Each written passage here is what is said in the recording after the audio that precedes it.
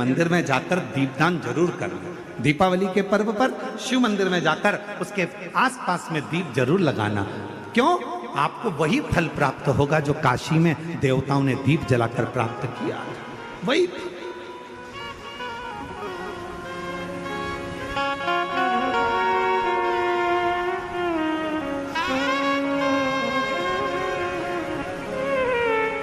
भगवान शंकर की अविरल भक्ति को धारण,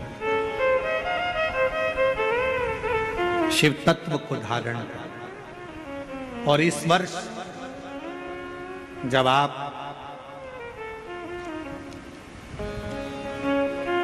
20 अक्टूबर को दिवाली मनाएं और 20 तारीख को जब आप दीपावली का पर्व मनाएंगे, हमारे यहाँ भी दीपावली कुबेरेश्वर धाम पर 20 तारीख की है, खजाना रहता है, ऐसा ही क्रम दीपावली पर्व का रहता है। तो 20 तारीख को जब आप दीपावली मनाएं तो इस वर्ष सबको कहूंगा, जितने भी आस्था चैनल पर कथा सुन रहे हैं, जितने फेसबुक यूट्यूब पर कथा श्रवण कर रहे हैं, यदि आपकी जिंदगी में 4 दिन दुकान चल रही है, 4 दिन बंद पड़ी है, व्यापार थोड़े दिन चलता है, थोड़े दिन बंद हो जाता है, आपके विद्रोही, आपके दुश्मन आप पर कहीं ना कहीं से इधर से उधर से वार कर रहे हैं, या आपका लक्ष्य आपको प्राप्त नहीं हो रहा, कोई बहुत मेहनत करता है, बहुत मेहनत करता है तो भी लक्ष्य नहीं मिल पा रहा, जहां तक आपको पहुंचना है वहां तक यदि आप नहीं पहुंच पा रहे हैं, तो इस दीपावली पर जब आप 20 तारीख को दीपावली का पर्व मनाएं, तो 20 तारीख को दीपावली के पर्व के दिन शंकर भगवान को स्पर्श कराकर एक बेलपत्र लेकर जरूर अपने घर पर आए, और जहां पूजन कर रहे हैं उस बेलपत्र को एक प्लेट में अवश्य रखें, उस पर हल्दी और कुंकू उस पर अवश्य चढ़ाएं। एक चावल का दाना लाल कर, एक चावल का दाना पीला कर उस बेलपत्र पर अवश्य चढ़ाएं, और उस बेलपत्र को अपने पास में 1 वर्ष तक संभाल कर रखना। फिर अगले साल आप और हमें बताना कि उस बेलपत्र ने आपको मंजिल तक पहुंचाया कि नहीं पहुंचाया, आपको लक्ष्य प्रदान कराया कि नहीं।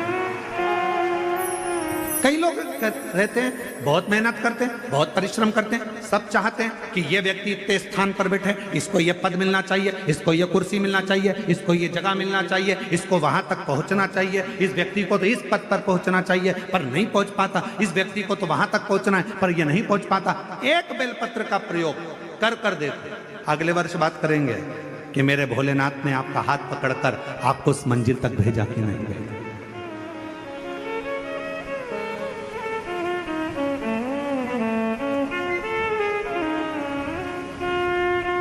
कई व्यापारी, कई किसान कह देते हैं, अरे गुरुजी हमारी फसल पिट गई, अब की बार हमारी जो पिक थी वो पूरी की पूरी पिट गई, हमारा पानी ने बेकार कर दिया, हमारा इसने बेकार कर दिया, हमारा उसने बेकार कर दिया। बेचारा किसान कर्जे में होता चले जाता है, तकलीफ में होता चले जाता है। हम उनसे भी कहेंगे एक बार प्रयोग कर देखिए, एक बेलपत्री का दीपावली की रात्रि को, और अब की बार दीपावली का पर्व 20 अक्टूबर को जो मनाया जा रहा है, 20 अक्टूबर दीपावली पर्व के दिन एक बार प्रयोग कर देखिए कि वो बेलपत्र शिव जी को लगाया हुआ। क्यों? क्योंकि भगवान शंकर ने माता लक्ष्मी को जब भगवान विष्णु को दिया था, क्योंकि माता लक्ष्मी की माँ ख्याति देवी तो लक्ष्मी जी का विवाह शिव जी से करना चाहती थी, पर शंकर जी ने मना कर दिया था कि मैं विवाह नहीं करूंगा, इनको तो नारायण को दे दो। तो लक्ष्मी जी को भगवान शंकर ने जब यहाँ आया तब माता लक्ष्मी ने वर दिया, भगवान शंकर से प्रार्थना करी, आप मुझे आज्ञा करो। शंकर भगवान ने कहा, जिस दिन तुम पृथ्वी पर भ्रमण करने के लिए आओ और जिस स्थान पर बेलपत्र विराजमान हो उस स्थान पर तुम सदा विराजमान हो जाओ। वहां से दिल से कहो उसको, दिल से विनय करो उसको, दिल से निवेदन करो उसको, वो सुनेगा, आएगा, देगा, झोली भरेगा, जाएगा। तो शंकर भगवान पर चढ़े हुए जल की महत्वता शिव महापुराण की कथा कहती है। भगवान शंकर का पवित्र चरित्र कह रहा है कि मरने वाले व्यक्ति के मुख में गंगा जल क्यों दिया जाता है। आपके बच्चे पूछें, आपके रिश्तेदार पूछें तो उनको बताना कि शिव महापुराण में वर्णन आता है, स्वयं यमराज की धर्म पत्नी धुमोरना ने यह प्रश्न स्वयं जिस पर यमराज बैठते हैं उस भैंसे से, उस पौंड्रक से पूछा, भैंसे से कि तू किसी को कष्ट देता है, किसी को नहीं देता।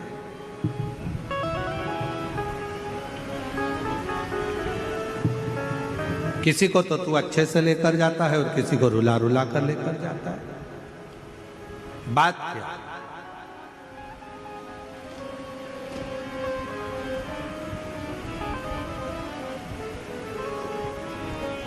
क्या बात है? तो भैंसे ने कहा कि मैंने शिव जी ने, शंकर भगवान को मैंने वचन दिया, क्योंकि मेरे देवाधिदेव महादेव ने तो मुझे यमराज को दिया। आज अगर मैं यमराज के पास में हूं, यदि मैं यम के साथ में रह रहा हूं, तो इसमें शिव जी की कृपा है, मुझे शंकर भगवान ने करुणा कर दिया।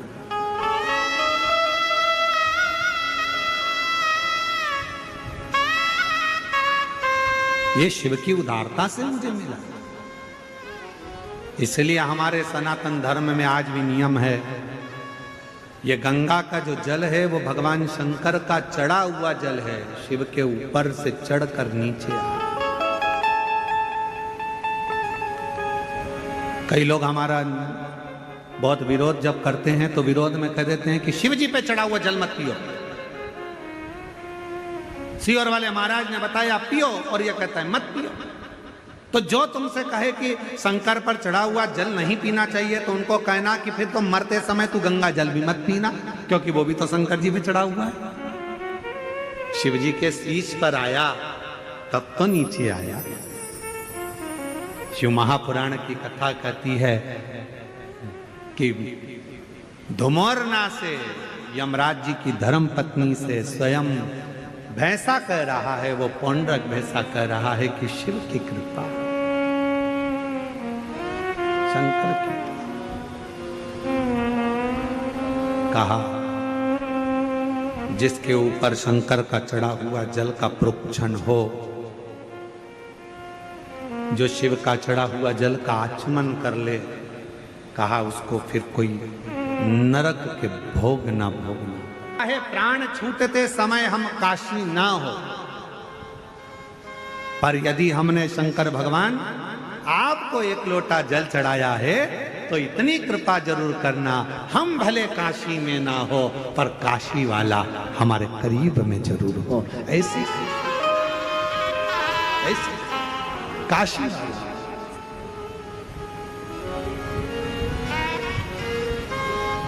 ये कृपा करना, ये करुणा करना, ये दया करना।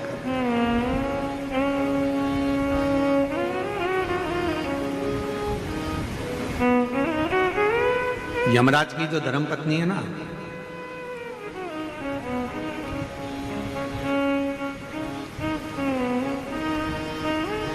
ये शिव की बड़ी उपासक है।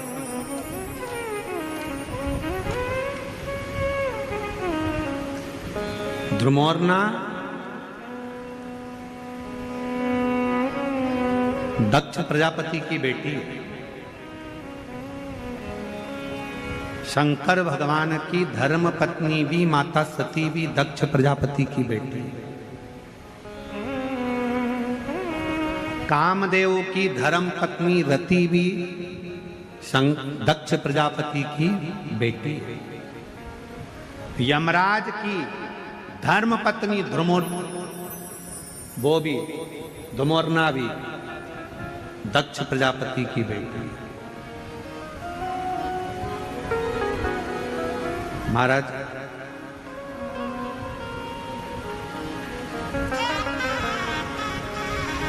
एक कथा बड़ी अच्छी आती है धुमोरना के विवाह की। बड़ा सुंदर प्रसंग आता है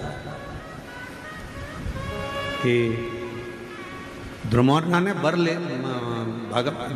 अपने पिता दक्ष प्रजापति से निवेदन करा, और ध्रुमोरना ने अपने पिताजी से निवेदन करा कि मेरा जो हाँ विवाह करो, जो मृत्यु को जीत ले,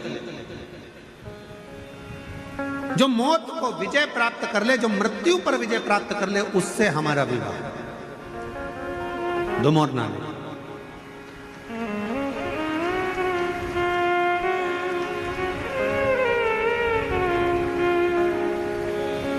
अपने पिताजी से कह रही है धुमोरना, दक्ष प्रजापति से कह रही है धुमोरना,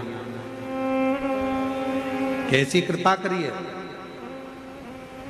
हमारा विवाह वहां हो जो मृत्यु पर विजय प्राप्त कर ले।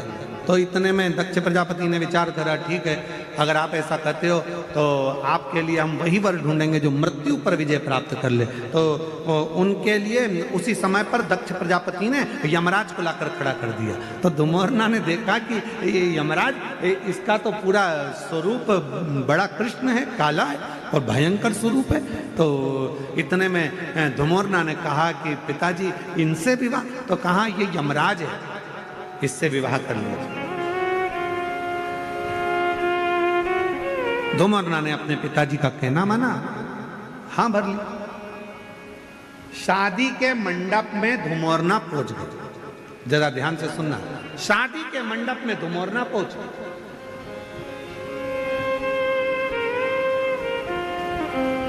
और शादी के मंडप में जैसे धुमोरना पहुंची,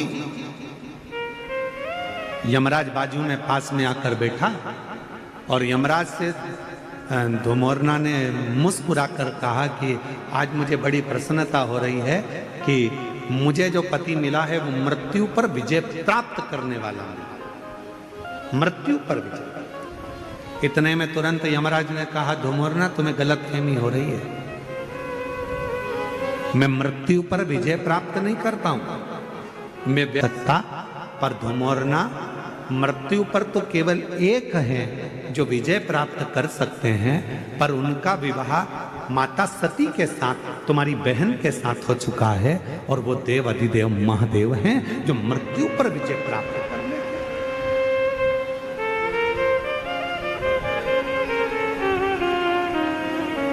जो मौत पर विजय प्राप्त कर ले। इतने में धुमोरना उठकर चली गई और जैसे ही धुमोरना उठकर गई, दक्ष प्रजापति को सूचना मिली कि मेरी बेटी यमराज से विवाह नहीं करना चाहती, अब करा क्या जाए। इतनी देर में दक्ष प्रजापति ने अपनी दूसरी बेटी विजया को मंडप में ले जाकर बिठा दिया। शादी के मंडप में जैसी विजया बैठी, वैसे ही उसी समय, उसी पल, उसी घड़ी सती ने धुमोरना से पूछा कि बहन क्या बात है, तेरी शादी हो रही है, दूल्हा भी अच्छा है, वर अच्छा है, सब कुछ ठीक है, फिर तू शादी क्यों नहीं करना चाहती। धुमोरना ने कहा, मैंने अपने पिता दक्ष प्रजापति से वर मांगा था कि मेरा विवाह हो तो उसके साथ हो जो मृत्यु पर विजय प्राप्त कर ले, पर मेरे पिताजी तो विवाह कर रहे हैं जो मृत्यु की दंड देता है, मृत्यु की सजा देता है, उस यमराज से विवाह कर रहे हैं जो मौत देता है। तो क्या हुआ, कोई बात नहीं। सती ने कहा कि तू चिंता मत कर धुमोरना, तू चाहती है कि मृत्यु पे विजय प्राप्त करने वाले से तू विवाह करे, तू उससे विवाह तो नहीं कर सकती क्योंकि तेरी बहन सती का विवाह देव अधिदेव महादेव से मृत्यु पर विजय प्राप्त करने वाले से हुआ है। पर इतना धुमोरना, तेरा पति मृत्यु लोक में जाकर जिस व्यक्ति के प्राण को लेकर जाएगा यमलोक में, उस समय पर जिसके प्राण छूट रहे होंगे उसके मुख से यदि शिव का नाम निकल गया तो धुमोरना उसी क्षण तुझे शंकर का दर्शन हर पल हर घड़ी होता है, हर पल। और उसका वर क्या प्राप्त होगा, उसका फल क्या प्राप्त होगा। शिव महापुराण की कथा कहती है, श्री शिवाय नमस्तुभ्यम, ओम नमः शिवाय, ओम ओम नमः शिवाय, ओम नमः। श्री शिवाय नमस्तुभ्यम बोलने वाला, ओम नमः शिवाय बोलने वाला, हर हर महादेव बोलने वाला, बोल बम का नारा है, बाबा है सहारा है, ऐसे उच्चारण करने वाला, शिव तत्व को गुंजायमान करने वाला, शंकर के नाम को लेने वाला जब अपने प्राणों को छोड़ता है और उसके मुख से यदि भूलवश भी शिव का नाम निकल जाता है तो धुमोरना शिव जी का दर्शन करती है और यमराज से प्रार्थना करती है, आप इस जीव को जब लेकर आओ तो नरक लेकर मत जाना, इसको बैकुंठ छोड़कर आना, वहां देवता इंतजार कर, वहां देवता इंतजार कर।